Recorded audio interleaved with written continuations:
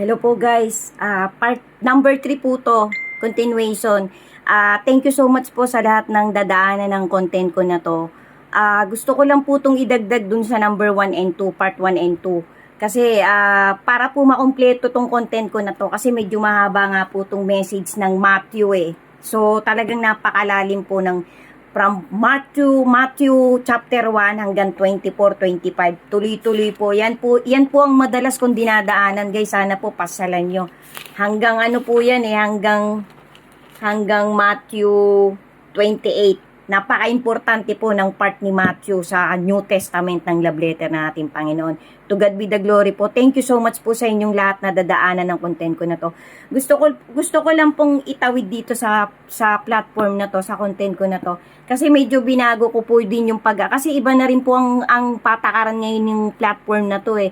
Nagtataka po ako, nalulungkot ako, although ganun talaga ang buhay eh. Dati po kasi ang mga ginagawa kong life lesson motivation na what is written truly happen, eh madami po talagang views. Eh ewan ko po ngayon, medyo siguro nga po talagang di natin maiiwasan, may mga basher talaga eh. So para po sa akin, okay lang po yung kahit marami nang babasa content ko. Basta ako para sa akin po, I am being honest and faithful to our Creator. Kasi sabi nga po eh, kung anong ginagawa mo, ialay mo lahat sa ating Panginoon at ang Panginoon na ang bahalang magbalik sa'yo. Kahit nasasaktan ka, kahit inaapi ka, kahit ginichismis ka, kahit minamaltrato ka, hanggat kaya mong magtimpi, hanggat kaya mong ipanalangin na lang sa Panginoon lahat ng pain na nararamdaman ng isang tao, siya na ang bahala. Kasi meron po kasi ang Panginoong nakikita na hindi natin nakikita. Meron siyang nadidinig na hindi natin nadidinig. So para po sa akin, kung sino man po yung mga nambabas sa akin, ibahala na po kayo. Basta ako po, para sa akin, I don't want to be arrogant. Ayokong magmataas, ayokong basta sa aking kaliitan, pinipilit ko pong makapagtawid ng kaunting motivation sa kapwa-tao ko sa pamamagitan ng mga platform na ginawa ko sa social media. So kung umuunti man ang mga views ng mga content kong ganito, binago ko na rin po. Kasi meron pong tumatak sa isip ko guys eh, ito pera ano lang po, being honest lang po sa sarili ko at dun sa ating Creator. Kasi sabi nga po ng Panginoon, huwag kang magbibigay ng banal na bagay sa baboy at aso. So, ako po kasi, ang ano ko na rin po ngayon sa mga ginagawa kong ganitong life motivation na Bible verses, minimum ko po, maximum ko po 2 days lang. Tapos, ino-only me ko na lang po yan. Kaya, thank you po sa makakakita agad ng mga content ko na kahit papano ay makakapagsundot ako ng kaunting motivation, ng insight na magdadagdag pa sa taong yon na magtatapos ng content ko ng kaunting faith na pinangahawakan niya. Kasi guys, hindi na po biro-biro, nandun po talaga tayo sa last generation ng mundong ito. Any moment po, pwede tayong bawian ng buhay, pwede tayong magkaroon ng malubang sakit, pwedeng hindi natin maigalaw ang kalahating katawan natin. Kagaya po nung isang vision, ito po idadagdag ko dito. Kaya nilagyan ko po to ng number 3, kasi nga po para magkasunod-sunod. Kasi yung nauna ko pong content, ito po, kung napapansin po ng mga tumitingin ng profile ko, kung nakita nyo po, halimbawa, nakita nyo nung Monday na meron akong bagong content na Bible verses, chinecheck ko po yan every now and then. Kapag ka po may 1 o 5 o 3 na nakapakita na, ang maximum ko po, 1 to 2 days, dinidelete ko na po yan, nilalagay ko na po yan sa gallery ko o kaya, sa only me, naka-only na po yan, nilalak ko na po yan. Kasi nga po, sabi nga po ng Panginoon, huwag mong bibigyan ng banal na bagay ang aso at baboy.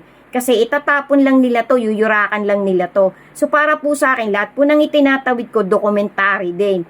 Na-research ko po yan, nabasa ko po yan sa Holy Scripture na ating Panginoon. Kasi guys, dagdagan na po natin ng dagdagan. Paulit-ulit ko pong sinasabi, although yung mga nasa ibaba po ng platform ko na to, nandun pa rin po sa ilalim.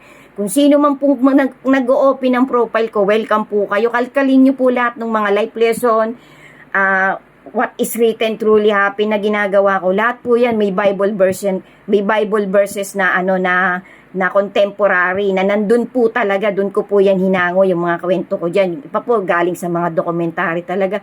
Kasi guys, mas maganda na pong manood tayo ng mga ganitong kahit papano meron tayong kapupulutang talagang salita ng ating Creator. Kesa naman po puro mga bold ang pinapanood natin.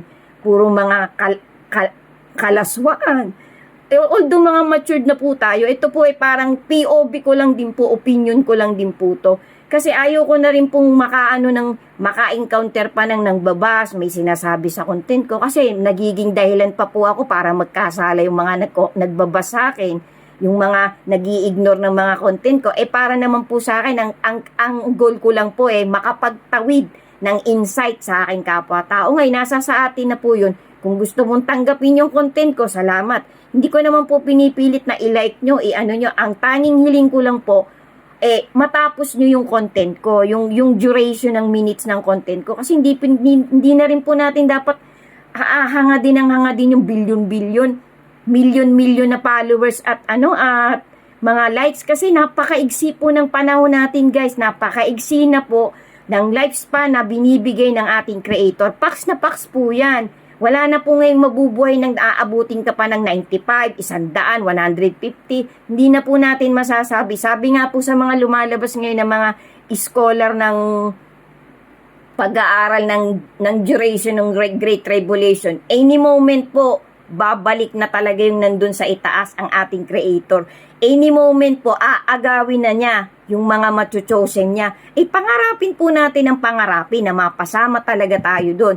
Wag po nating pangarapin maiwan pa tayo dito kasi napakarami pong hindi magagandang pangyayaring nakaabang sa mundong ito. Although hindi pa naman po talaga mawawasak ang mundong to, guys. Hindi po ito mawawasak kasi may 1,000 years pa pong maghahari ang ating Panginoong Jesus. Who knows po, anong yun, kung buhay pa tayo, kung machuchosen tayo. So, pakita na po natin ang ipakita sa Panginoon na hinahanap talaga natin ang motivation niya, na papunta yung trajectory ng buhay natin, papunta sa kanilang mag-ama. Kasi ano po bang mapapala natin dito sa sanlibutan? Kahit ano po, wala tayong pag-aari dito, lahat po borrowed lang. Kaya ito po, personal POV ko, mas gusto ko na pong gumawa ng mga ganitong kahit papano. May masundot ako. Masaya na po ako kahit isa o 5 o 3 lang ang nakakita ng content ko na ganito. Kaya nga po 1 to 2 days lang dinidelete ko na po. Inililipat ko na po sa phone ko. Inililipat ko na po sa Only Me. Hindi ko na po pinatatagal kasi baka po maging dahilan pa ako na magkasala yung makakakita ng content ko. Pupulaan ng pupulaan, pipintasan, etc. Pangit po yun na nagkakaroon ka ng nagiging judgmental ka sa kapwa mo. Malalim po yung kasalanan yan, slandering po yan, ano po yan, gossiping po yan. Ayaw po ng Panginoon ng ganun. Nagkakasala po ang sino mang nang babas ng kahit na sinong tao. Kasi ayaw po ng Panginoon. Nagagalit po ang Panginoon sa mga ganung tao. Nasa Holy Scripture din po yan. Di ko lang po mabibitawan sa inyo kung anong specific na chapter yan, pero kasama po yan sa nagpapainit sa ating creator. Ayaw niya po, although ang Panginoon po gusto niya maging kagaya niya tayo, sabi nga po, nilikha ng Panginoon ng tao sa larawan niya. Ibig sabihin, maging matuwid ka. Kasi ang Panginoon po, kaya nga po pinadala na niya ang kanyang bigatin sa nag-iwan na po siya ng napakaraming motivation na dapat sundan ng mga taong nilikha niya generation by generation. So, pax na pax po yan, guys. So, nangyari po dito, dagdag ko po ito, ihabol ko lang po ito, guys. Sana po tapusin nyo to, sino mang makakapagtapos ng content ko na to. Thank you so much po sa inyong lahat. To God be the glory po. God bless us all po.